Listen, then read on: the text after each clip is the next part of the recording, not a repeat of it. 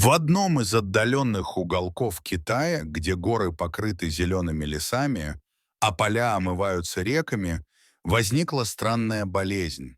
Это случилось в конце лета, когда жара уже отступала, но земля еще хранила тепло. Маленькая деревушка на берегу реки Чангшуй была спокойным местом, известным своими традициями и древними обычаями. Люди в деревне знали каждый камень на своем пути, каждый уголок леса. Они жили по строгому распорядку и каждый год ждут прихода сезона жатвы, когда урожай обещал быть особенно щедрым. Но однажды болезнь начала распространяться как невидимый туман. Сначала никто не придал этому значения. Простое недомогание, несколько головных болей, немного повышенная температура. Но вскоре заболевших становилось все больше, и симптомы становились все более странными. Лица людей бледнели, их кожа теряла всякую окраску, а глаза становились мутными. Зачастую заболевшие жаловались на странное чувство тяжести в теле, как будто что-то незримое сидело на их плечах и не давало дышать.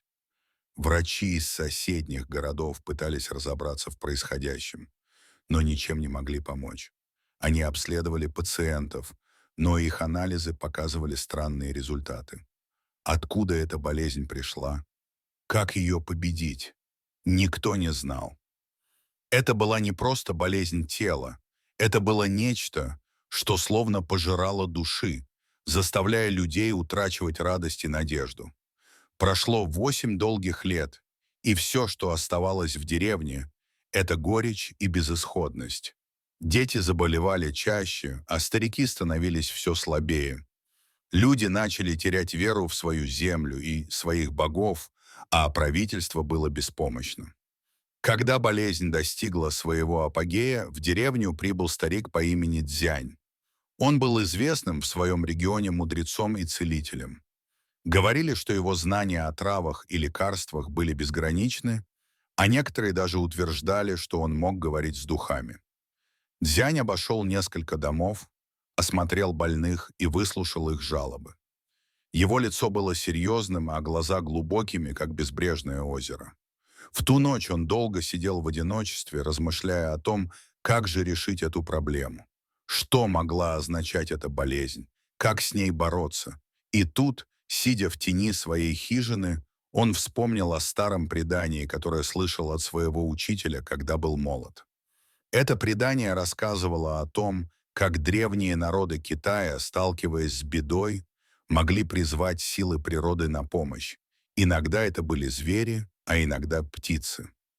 Одним из самых сильных союзников считались воробьи, символы удачи, жизни и плодородия. «Воробьи-пы», — тихо произнес старик, — «я должен призвать воробьев». Дзянь начал готовиться. Он знал, что это будет непросто. Для того, чтобы призвать этих птиц, ему нужно было выполнить древнее ритуальное заклинание, которое он когда-то выучил от своего наставника. Ритуал был опасен, ведь никто не знал, как воробьи могут отреагировать на этот вызов. Он был уверен лишь в одном — воробьи могли уничтожить болезнь. Но для этого нужно было выполнить несколько важных условий. Во-первых, нужно было собрать редкие травы, растущие только в самых труднодоступных уголках леса. Во-вторых, необходимо было провести обряд на самом высоком холме, чтобы энергия Земли и небес соединялась в одном месте. В-третьих, ритуал должен был быть завершен в определенный момент, когда Луна была на пике своей силы. Процесс был долгим и мучительным.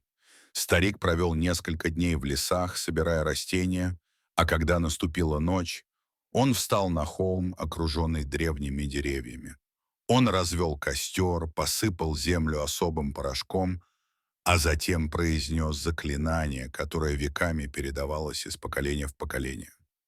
В тот момент, когда старик закончил произносить заклинание, в небе что-то изменилось. Птицы, которые обычно были тихими и незаметными, начали собираться в огромные стаи, летя в сторону деревни. И чем больше их было, тем больше ощущалась странная сила, исходящая от этих маленьких существ. Люди в деревне начали выходить на улицы, наблюдая, как небо темнеет от множества воробьев. Они словно превращались в туман, который мягко ложился на землю, покрывая дома и поля. Это было странное и одновременно красивое зрелище. Они не причиняли вреда, но странным образом вдыхали в воздух жизнь и силу. На следующее утро болезнь исчезла. Люди, которые еще вчера были безжизненными и слабыми, встали с постелей и почувствовали себя здоровыми. Они начали верить, что воробьи — это не просто птицы, но и защитники от всякой напасти. Народ в деревне с благодарностью смотрел в небо, понимая, что чудо произошло. Дзянь остался в деревне еще некоторое время. Он следил за тем, как болезнь не возвращается и как воробьи каждый день защищают жителей. Через год старик покинул деревню, но его история о том, как воробьи спасли всех, была передана из уст в уста, став частью местного фольклора. Деревня, которая почти исчезла, снова начала процветать. Жизнь вернулась в прежнее русло, и все жили в гармонии с природой. Воробьи по-прежнему прилетали каждое утро, даруя людям свою защиту и радость. Однако никто не забыл того, кто принес спасение, мудрого старика, который не побоялся использовать силу природы, чтобы победить зло. Дорогие зрители, подписывайтесь на канал, ставьте лайки, пишите комментарии. До новых встреч!